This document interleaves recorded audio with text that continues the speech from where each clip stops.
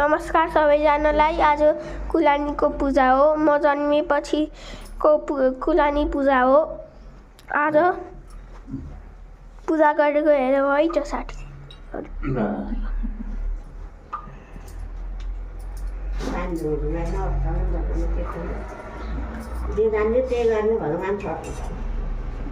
फुलपाती त्यो उसमा थियो नि त त्यो लान्छ